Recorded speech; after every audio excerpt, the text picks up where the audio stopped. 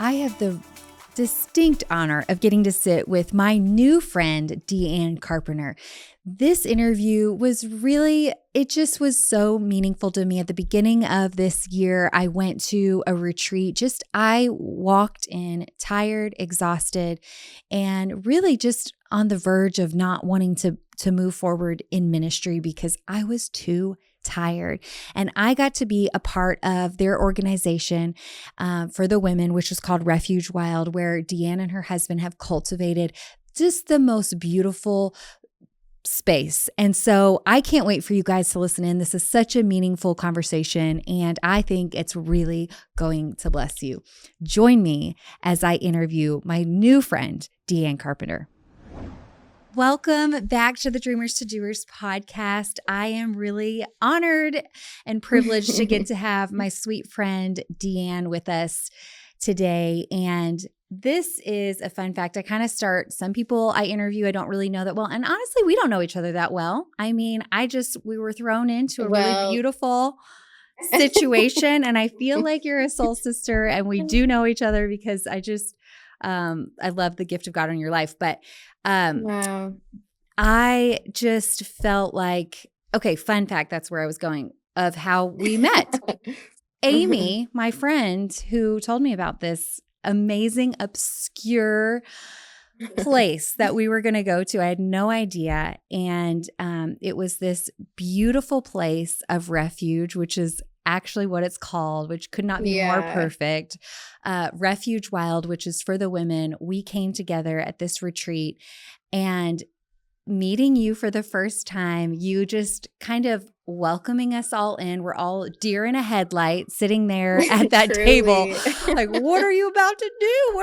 What's about to go down? Little did I know I would learn how to fly fish and I love it. Karaoke, but also just so impactful in my life. And so I am really excited and honored to have you on and get to just have this little conversation about your heart and how this started and how this came about.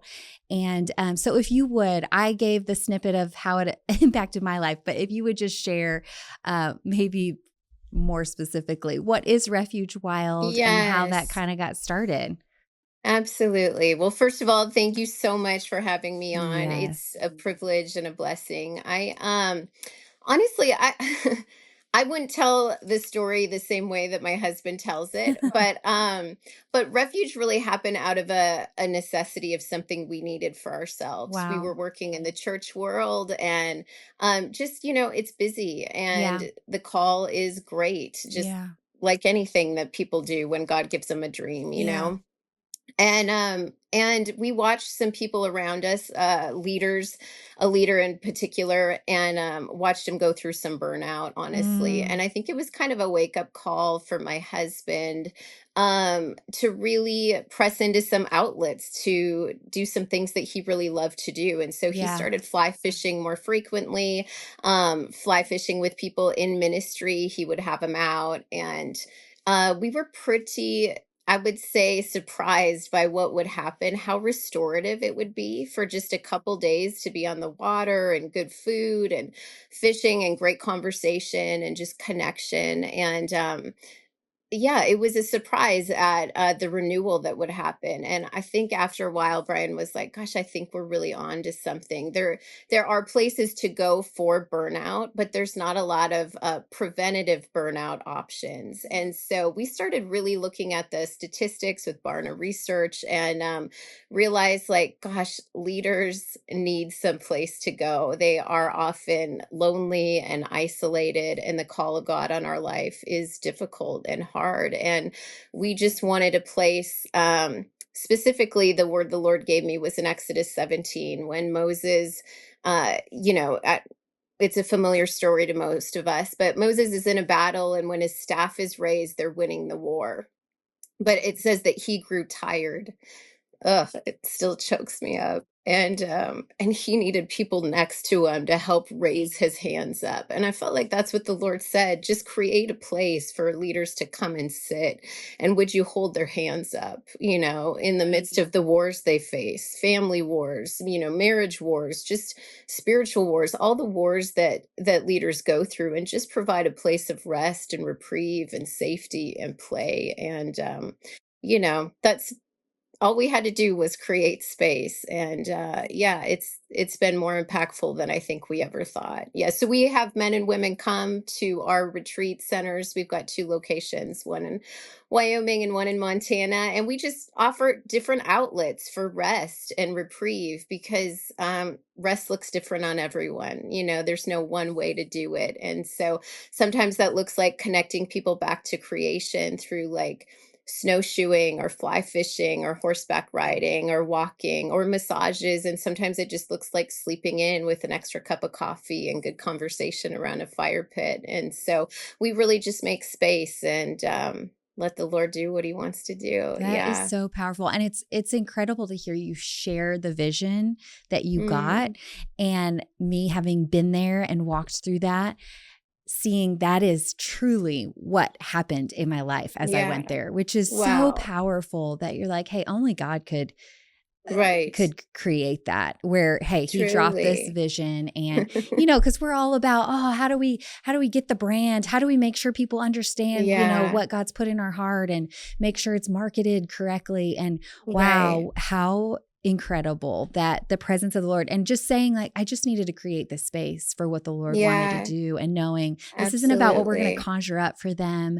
It's really just creating this space, and the strategies that the Lord gave you of, and I think that might've been the line that you said when we were together. I was trying to remember, you said something about rest when we first got there, and it might've been that, where rest looks different for everyone. And absolutely. I think that's a strategy from the Lord that he gave you to know, hey, if you guys need to sleep. I loved how just free it was. It was almost my planner self didn't know how to handle it. Me and Amy were like, what's on the schedule? What do we do now? Truly. Oh my gosh. It's so the amount of emails we get ahead of time. Can you please tell us what is going on? Yeah, what do I pack for? That was some of the greatest. Oh man.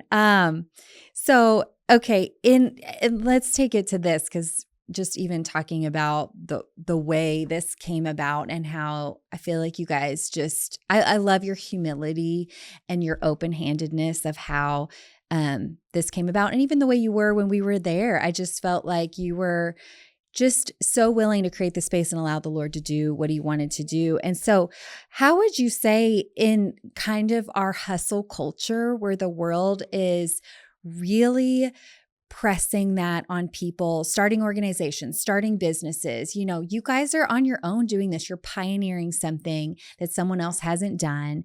How do you come against hustle culture in your own life to say, you know what? No, we're just going to do the next thing that the Lord's calling us to. I even remember you talking about this, like, the amount of people that want to, like, help us with our website and know that, we could just change this or do this. How do you stay in alignment with what the Holy Spirit is asking you to do in that space? Yeah, that's a good question. Well, first of all, I think, gosh, hustle culture is so difficult. And I think it's really just happened in the last 10 to 20 years with the rise of social media, and it's just like, look what I'm building and look at how far, it's just, I don't know. I think it's done a lot of damage in a lot of ways. And I think for me personally, like, I know that the Lord knows what our capacity is. I love in Ecclesiastes, it says that there's a time and season for everything. And I think we've got to know what the Lord is saying about what time it is for us. Is it time to build? Is it time to sow? Is it a reaping time? Like, what time is it for us? And I don't want to get ahead of that timing. I think that's when people get in a lot of trouble. And then they get overtaken by the movements or ministries they start. Their marriages get in trouble. Their family life suffers. And so I want to be really careful. I also think we owe it to the people we work alongside. We've got about 75 staff next to us, and this is their lives we're also leading, and to me, I'm very sobered by that. I love the people we are next to, and I take that seriously too. Like our pace affects everyone around us, and so we better get wisdom and insight and revelation. We better get our marching orders from the Lord and not just our own good ideas, or we're going to get people in a lot of trouble. So I think it's just back to what you said, to really stay submitted and aligned with what God's doing. And that just happens on a daily basis, to hear from him. I think sometimes in ministry, we serve a lot of people, and it's easy to forget that ministry begins with intimacy. And if we don't stay close and stay connected, yeah, it's when we get out of alignment. And I think everything follows that, then our ministries get out of alignment, what we're doing gets out of alignment. And yeah, so I think just closeness to God and connection to his voice, his spirit, it's I don't know. I don't know how else to do it. Yeah. So And I love yeah, that you said that is daily. That is daily, and it's absolutely. you and him, and it's intimacy. That's one of the things I loved the most watching you lead. Mhm. And it's probably funny because you gathered together a group full of leaders. And so, Yeah, we're coming in with different ways of looking at things. And one of the things that I absolutely. gleaned from, not just being there, but was watching you lead and Wow. watching you empower y- um, just your team, and watching those young Mm, girls who were empowered by you to step into, you released them. And it was really powerful and really beautiful. And I think there's risk with that sometimes. I think that can for be a little sure. bit of a scary thing.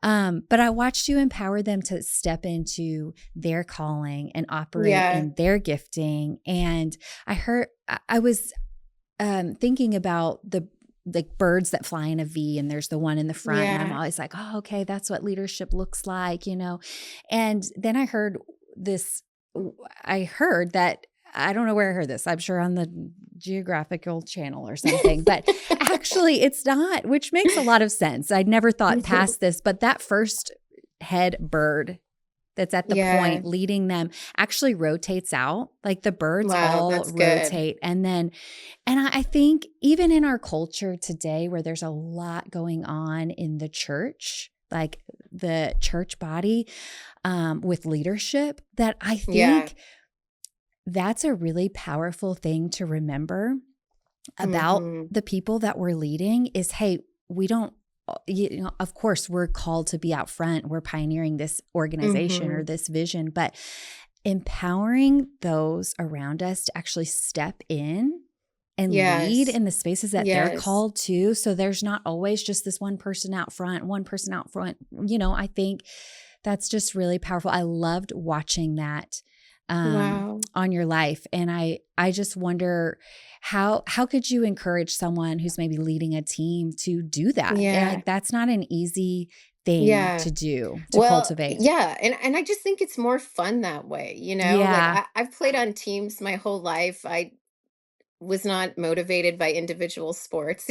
God bless the people that are. That's just so amazing, but it's not me. And so I think it's just more fun with people beside us, for one. And I even love, like, Jesus would send people out two by two. I just think we're supposed to go together. And um yeah, and obviously, we know so many scripture points how the body is made up of all different parts, and we need different parts. And I tell our team that all the time, like, gosh, there's such a comparison issue right now in culture. And it's like, gosh, if we just knew that how we're wired and equipped is actually for one another, we would lean into that more, instead of compare ourselves to, compare our weaknesses next to their strengths. And I think I've had a burden for that for, early on, a long time. Like, I want to put gasoline on the gifts that are next to me, because I need it to be great myself. We need it for our ministry. We need it for other people to flourish. And so, one,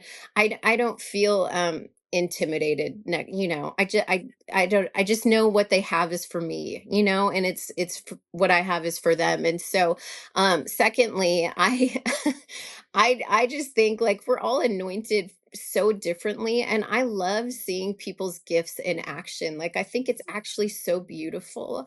And I just think, gosh, someone gave me a chance at a young age to stand on the stage and to share a message. And it didn't go great, like it was okay. And Yeah. she just trusted me and helped refine my gifts and give me some insight and feedback. And I just think, like, that's the model, like, no one's going to know what it takes unless they feel some weight, unless they feel some pressure, unless they start stepping into things. And so I want to just make room. I really do. I want to step aside and watch the people next to me step into things. And I also want them to be around for a while. Like, I love our team, and if you don't give them permission to flourish and to use their gifts, I don't know, I don't think anyone's going to last very long. And so yeah, it's probably twofold for sure. Yeah. I will say we went to the horse corral to do a Yes. devotion.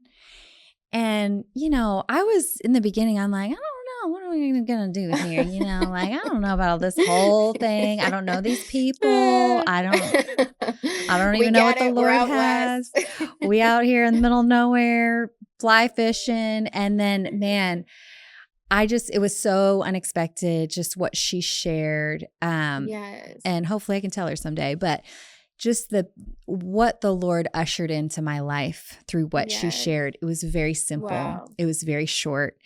And then she's like, hey, now you can come around if you want to, like, pet the horses. And I'm thinking, what are you going to pet the horses? What are you going to what's going to happen when I don't want to pet a horse. Like, I'm good. I was just in a season. Okay. And oh my gosh, I get up and pet the horse, and it is just like the floodgates Wow. just released, and I could not stop crying that entire day. And like, now I'm with all these people and I can't stop crying. And it was a really powerful moment, and just, again, a reminder of, it doesn't matter who is delivering what the Lord is saying and who is making the Yes. space. Young, old. I mean, I think she was really young and just precious spirit, but it didn't matter. And it didn't matter that I went Absolutely. and pet a horse. And that is the moment that something broke on my life. And I the Lord love just that. did a really deep ministry. And so, he just uses all of us in our own spaces. And so I Absolutely. just It's really, so I good. really admire you for releasing your staff in that way. It's really beautiful. Wow. Okay. So what is maybe your personal challenge through this all, or I Yeah, think we all have a lot, but maybe just for one of your sure. personal challenges as you've been walking this out. Yeah, I would say it's continually mostly the same one. And it is the sacrifice and the surrender. What we do takes us to very secluded places, and it's never been my dream to live on a reservation or live outside of Wyoming in the wilderness. But when we lose our lives, like, we really lose them, and when we bend a knee to the king, it's like, that's true. It's either true or it isn't. And just to continually stay obedient to that kind of sacrifice and surrender. Yeah, I would say it's just hard. Yeah, it's just painful. Refinement is painful. And there is always a stripping back. And then it's like, great, then we find our rhythm. So, I mean, even here, I feel like, just Yeah, thank you for being honest, because I absolutely. don't know that everyone could say that and, honestly admit that. And then we're all there in those spaces thinking the same Mm, thing. And I just wonder, that refinement, we were actually talking about this morning at the breakfast table, but do you feel that refinement pretty regularly? And do you feel like, what this is, and I think it ebbs and flows, but is it like, hey, yeah. this is where we're going to be till we get to heaven? Hmm. Like, so Hmm. do you feel like that? Or do you feel like you go through seasons or? Yeah, I think for me it does feel more seasonal. Mm-hmm. I think yeah, like I was saying, it'll feel like, specifically when we we usually start like summer season. So like when my kids are out of school, we'll go out to a property. And it's like, even though I know it's coming, there will be a stripping back, kind of a Yeah. purging of whatever I've gotten comfortable in. Yes. And even though I know it's coming, it's like I forget how actually painful it Yeah. is. And for like the next 2 weeks, it's just like, oh my gosh, Lord, this too, you want to strip this back too, you want to take this too. And so it looks like that. And then, yeah, like I said, we'll kind of start to find a good rhythm, and then it'll be hard again. It's just, yeah, it does kind of ebb and flow. But also, we've got a bunch of 20-year-olds next to us. And I think that age group specifically, there's so much refinement in our 20s, trying to know who we are, shake off, the false self, and try to walk in the call of God and figure all those things out. And so I think even when it's not refinement for my personal self, we're really walking. We walk a lot of our staff through that all the time, and call them to a higher standard and help them try to grow up in the things of God. And that's hard too. It's also beautiful and wonderful, and but painful. I mean, there's not a lack of sacrifice in the midst of all that. It's Absolutely. hard for sure. And I Yeah. think this is what we are talking about this morning. I think it's actually the grace of God on your life because, Yeah. He's actually refining the things that will last forever. And Absolutely. I think about that sometimes, that phrase that says, oh, what if you just live today like it was your last? And I think about what if we actually live today like our life never ended? And that's actually Wow. what we've been promised. And Yes. what would be the juxtaposition of that life, of living a life that doesn't Wow. end? And I think what you're saying is really it. And it's you're willing to press into maybe what's unseen and maybe what's not on the Yes. surface, but those are the riches and those are the what that Absolutely. will not burn, that God He's cultivating in your life and refining. And Yes. so that's very powerful Wow. and beautiful. Okay, so what would you say? I feel like you probably say this a lot to the ladies that are on your team and your 20-year-olds that you're in your family. So, what would you say to kind of a younger girl who has a passion on her life? She knows she's called, she wants to step out and do what God's called her to do, but just maybe lacks courage or just is afraid and not exactly sure where to go. So, what would you say to her? Absolutely. I think for all of us, it's like we just have to take a step forward. We just have to take one step, and then we watch the faithfulness of God, the provision of God, how he meets us and graces us in that next step. But I think nothing happens when we stay still. And whether that looks like, I think about the faith chapter in Hebrews 12. It's like sometimes, it was just it was just that they had to agree with God. They had to believe him for something. Or, yeah, it's like anytime God initiates or activates something in our life, it requires a response from us. And I think too, just securing ourselves in him. I think identity is so huge, and understanding more of who we are in him and what he's given us access to. I think that makes us brave, because it's really not about you know, it's really not about us. It's not about us striving to get somewhere or to do something.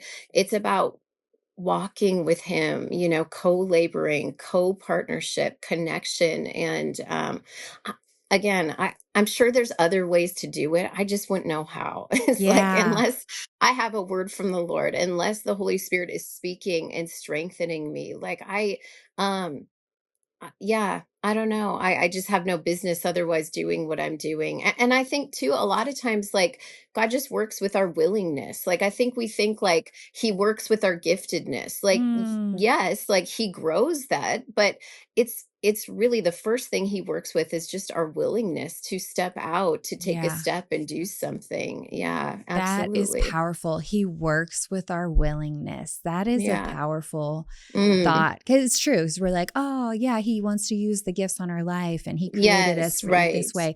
But what about your willingness to actually say yes Yes, or take action? I agree that scripture absolutely. every time after time, it's just action that stands between something that's in your heart Absolutely. and actually doing it. That's I right. really love that. Okay, last question. I'm going to wrap it up with this and ask you, what would you, Deanne, Here we today go. tell yourself? I'm like, I never Mm, know how far back to go, how to decide. Maybe 20 years ago. What would you tell that sweet little Deanne from 20 years ago? okay. Wow, good question. Oh my gosh, where do I start? Truly, you know what I think? I think that I would say it's going to be better than I think. It's going to be harder than I think.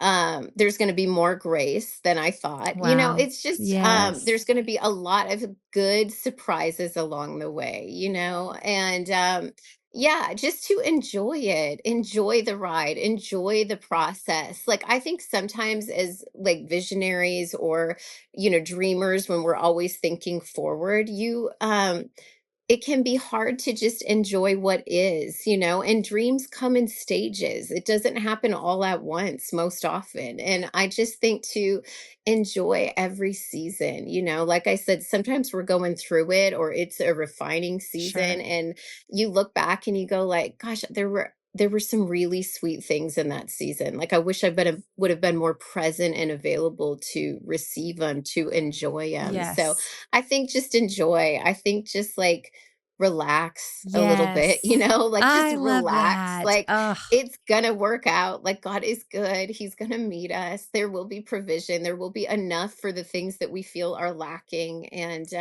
yeah, just relax, just enjoy that for is sure. powerful. Yeah. The Mm. Sarah now needed to hear that. So that is really Yes. good. Okay. And you have a book called Throwing Confetti. Tell us where we can find this book. Tell us where we can find you and your organization. Yes. Thank you so much. Yep. Throwing confetti, becoming a voice of hooray in a hurting world. And just kind of, as I said, I feel like that was one of the things the Lord said was um, with that Exodus 17 to help hold people's hands up. And I think it's really a message for our culture. How do we celebrate and applaud Mm, gifted people come around on. us? Yeah, And yeah, it's a big deal. And so, that's good. um, yeah, it's been my heart to just really tap into really a confetti culture on our team. But you can get that book on Amazon or my website, DeAnneCarpenter.com. You can follow me on Instagram, Deanne.Carpenter or Refuge Wild. So Awesome. absolutely. Yeah. Awesome. Well, I just feel so honored to get a little window into your Wow, heart me and your too. life. And this was really special. And I know that this will impact those that listen and just be an encouragement to everyone.